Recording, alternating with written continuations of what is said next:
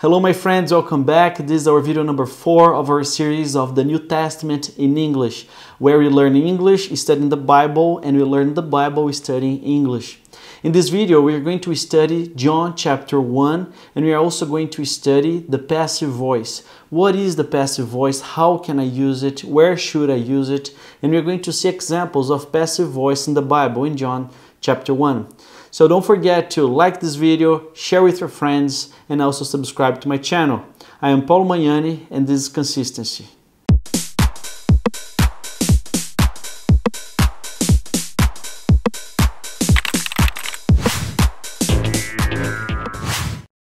So to start this video, let's try to understand what is passive voice. Take a look first at this sentence. My wife cooked a delicious lasagna. What is the verb of the sentence? Cooked. What is, who cooked? My wife. So my wife is the subject. What did she cook? A delicious lasagna. So a delicious lasagna is the object. That's a typical sentence. We call it an active voice. We have the subject, the verb, and the object. The subject makes the action, the object receives the action.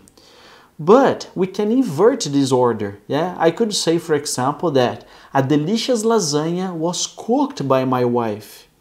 In this case, we would put the object in the place of the subject. And that's what we call a passive voice sentence. Okay, that's how we make passive voice. You just invert the subject and the object. So when should we use the passive voice? Well, I'm going to show you here 4 examples of when you should use it. So first, when you want to give focus to the object, when the emphasis of your message is in the object. For example, if we are here discussing about my mom's cooking and my wife's cooking, and then I say, oh look, my wife cooked a delicious lasagna. Not my mother, not my sister, my wife, she cooked a delicious lasagna. The focus is in my wife, in the subject.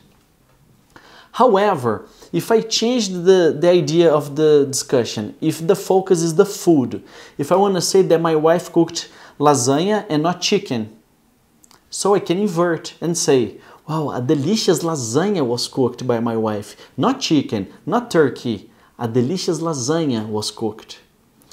Do you understand the difference? The focus is in the object.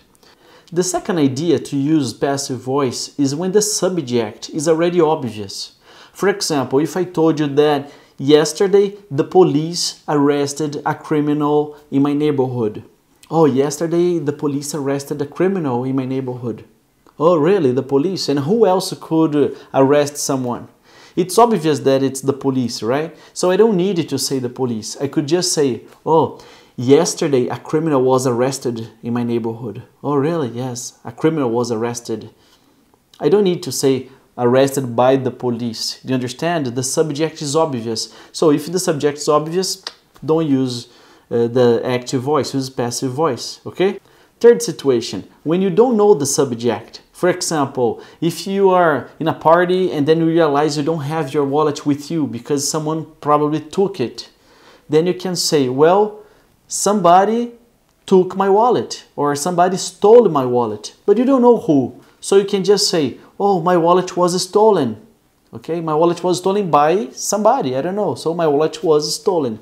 The subject here, I don't know. Okay, that's the third situation. Fourth situation is when you want to avoid saying who is responsible for the action. For example, imagine you lent your video game, you have an Xbox One and your friend wanted to use it on the weekend and said, okay, you can use my Xbox One. Your video game. So what happens is that the next day, on Monday, you try to play and your video game was not working. So you call your friend and say, oh look, you broke my video game. You can say that. Oh, you broke my video game. But that's too rude, yeah, to say, oh, you. But then, so what do? You can use passive voice here. You can say, oh look, my video game was broken. I was going to play and I realized that my video game was broken by somebody, by you probably, but you don't need to say that. Just, oh look, my video game was broken. I don't know what happened. oh, I'm sorry. Okay, do you understand the idea? You don't want to blame him. You don't want to say that he was responsible for the action. So you just say, oh, well, my video game was broken. Okay? So those are 4 different ideas to use the passive voice. When you want to focus on the object, when the subject is obvious, when you don't know who the subject is, and when you don't want to blame the subject. Okay? Do you like it? Nice. So now, let's see examples in the Bible. In John chapter 1, I have here 5 verses on chapter 1 where we can see the passive voice being used. Let's check. Verse 3, it says, all things were made by him, and without him was not anything made that was made. In this sentence, it says at the beginning, all things were made by Christ, by Jesus Christ, right? So I could say here in the active voice that Jesus Christ made all things. However, they inverted and said, all things were made by him. Why are you using passive voice here? Because in this case, the focus is not Christ. The focus is everything that he made. So I don't want to say that Christ made all things. I want to say that all things were made by Christ. Do you see how the passive voice changes the focus and tries to show you here what is really important in this message? The message is that everything was made by Christ. Okay? So use passive voice. Next, verse 6. There was a man sent from God whose name was John. In this case, also you see the passive voice talking about John the Baptist. We could invert and say, God sent a man whose name was John.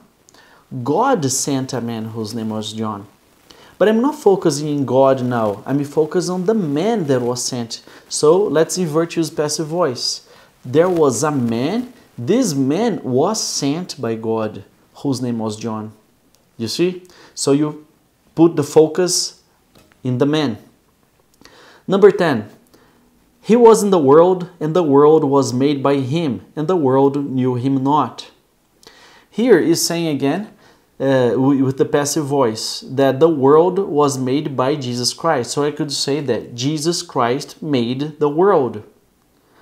But I don't want to focus on Jesus now. I don't want to say Jesus Christ made the world. I want to focus on the creation. I want to say that the world was made by Jesus Christ. Do you understand? So that's the message here, the focus of the message. Verse 14. And the Word was made flesh and dwelt among us. The Word is Christ. Yes, so say here, Christ was made flesh. This is a nice example because where is the subject? Like here saying that the Word was made flesh. By who? You don't know who. They don't say who. So they ignore the subject. In this case, passive voice. The Word was made flesh by someone. Not important now. Okay? Don't need to say that here. Alright? And then we have the verse 17. For the law was given by Moses, but grace and truth came by Jesus Christ. What it's saying here is that Moses gave the law and Jesus Christ gave grace and truth. However, you are not comparing Moses and Jesus. No. We are comparing what? What they brought. The law, the grace and truth. So let's use passive voice. The law was given by Moses. And grace and truth were given by Christ. In this case, it came by Christ. So you want to compare the law that existed before and the grace and truth that came after. That's the comparison, that's the focus, that's why they used passive voice. Do you understand well? So we can see clearly here in the Bible how passive voice helps us to understand really what the message is, what is important here in the message. To conclude, I would like to share with you the verse 46 of John chapter 1. It says, And Nathanael said unto him, Can there any good thing come out of Nazareth? Philip saith unto him, Come and see. So what happened here? Nathanael came to Philip and asked, Well, Nazareth, this city, Jesus is our Savior and He comes from Nazareth. But can anything good come from Nazareth? And Philip said, well, come and see. See Nazareth? No, come and see Jesus. Do you understand? Nathanael, his focus was in the city, well, but Nazareth. And Philip said, look, Philip, the focus is on the man, in Jesus. Come and see him. And then you tell me if anything good can come to your life from him, not from Nazareth. Do you understand? I know that nowadays many people don't believe in religion or churches. They can ask you, oh, but do you go to church? Do you have a religion? But can anything good come from churches nowadays? Can anything good come from religion? And then you can answer, well, come and see. Not come and see my church, not come and see my religion, but come and see the man. Come and see Jesus. Come and see our Savior. Try to get to know better the great creator of this planet, the man who made our world, Jesus. Come and see his teachings, the things he has to say to you. And then you tell me if you cannot take anything good from him into your life. Do you understand? That's just a matter of focus. I know that if we focus in Nazareth, we can find many problems, or if we focus in our churches or in religion, we can sometimes feel frustrated.